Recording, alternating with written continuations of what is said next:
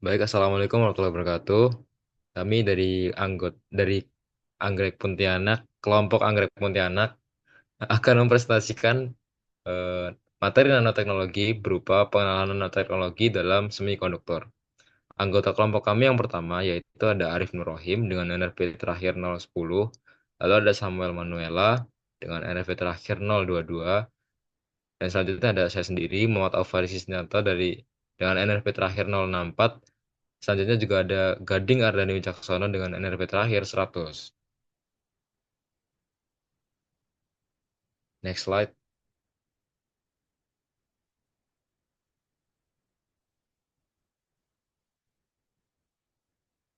Baik, definisi nanoteknologi dan semikonduktor. Nanoteknologi sendiri adalah teknologi yang bekerja pada skala nanometer dengan ukurannya yaitu hingga 100 Newton meter yang melibatkan manipulasi atom dan molekul untuk menciptakan bahan dengan sifat unik. Sedangkan semikonduktor adalah material yang memiliki konduktivitas listrik yang dapat dikendalikan.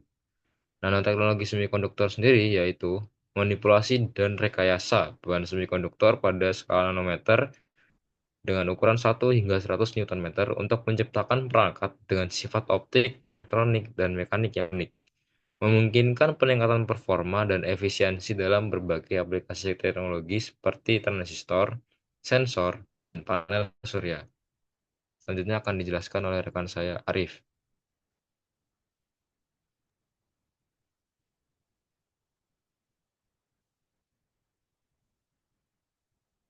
Em, Kemudian terkait jenis-jenis nanoteknologi semikonduktor, yaitu yang pertama ada quantum dots. Titik-titik kuantum adalah nanopartikel semikonduktor yang sangat kecil, biasanya dengan ukuran antara 2 hingga 10 nanometer, yang sering digunakan dalam aplikasi pencahayaan, layar, dan pencitraan medis. Contoh material quantum dot termasuk CDSI, CDS, dan PBS. Kemudian nanowire. Nanowire adalah kawat semikonduktor yang memiliki diameter dalam skala nanometer, tetapi panjang dalam skala mikrometer. Nanowire digunakan dalam aplikasi elektronik fleksibel, sensor, dan fotovoltaik. Kemudian nanotuf. Tabung nano seperti nanotuf karbon dapat bertindak sebagai semikonduktor atau logam tergantung pada struktur kristalnya, digunakan dalam sensor, baterai, dan perangkat elektronik. Next.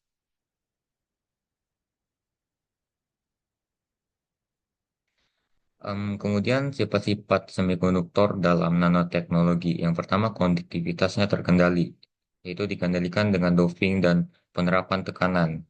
Sifat kedua, terkait efek kuantum, yaitu energi partikel terkuantitasi dalam tingkat-tingkat discrete.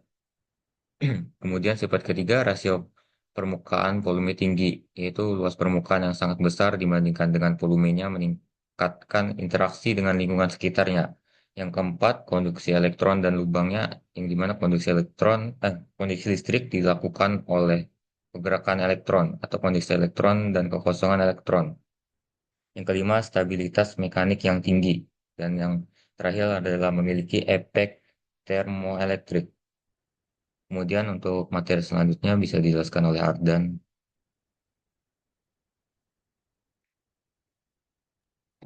Selanjutnya adalah metode pembuatan, di mana di sini pembuatan teknologi semikonduktor dapat dilakukan dengan dua cara. Yang pertama yaitu metode bottom up, yaitu metode seperti metode sintetis kimia, deposisi uap kimia atau CFD, atau epitaksi lapisan atom ALE. Ini memungkinkan pembentukan struktur nano secara langsung dari atom-atom. Yang kedua yaitu metode top down, seperti litografi, elektron beam, penggilingan atau INSA, dan serta dalam metode ini material yang lebih besar dipotong atau diukir hingga mencapai skala nano. Keunggulan dan kekurangan nanoteknologi semikonduktor. Yang pertama yaitu keunggulan nanoteknologi semikonduktor, yaitu memungkinkan pengembangan perangkat yang lebih kecil, lebih cepat, dan lebih efisien. Yang kedua adalah kekurangan nanoteknologi semikonduktor, yaitu memiliki tantangan signifikan. Salah satu tantangan utamanya adalah kestabilan dan toksisitas material nano tertentu. Next. Next. Ah, kemudian nanomaterial dan teknologi akan dijelaskan Hmm, saya Samuel.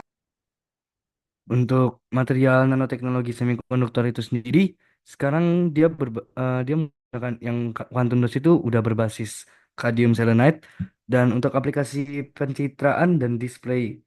Dan itu untuk aplikasi pencitraan dan display. Kemudian ada juga yang menggunakan zinc oxide nanorods dan titanium dioxide nanoparticles dalam fotokatalis dan sensor.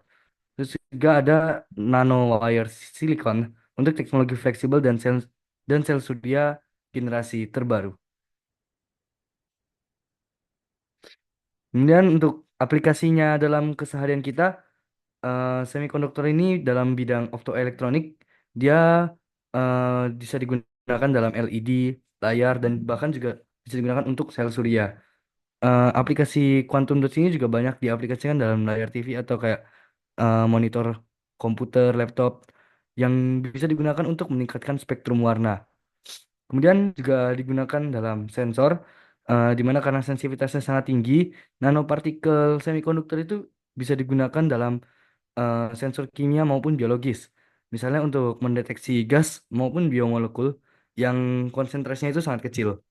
Dan yang terakhir itu bisa digunakan dalam bidang medis.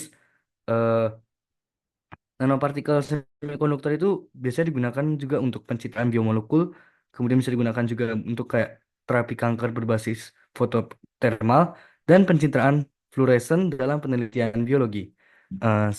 Sekedar ingin menambahkan, semikonduktor ini juga umumnya dapat digunakan untuk komputer, di mana eh, sebagian besar otak dari komputer itu menggunakan semikonduktor sebagai basis utama bahan apa bahan di dalamnya.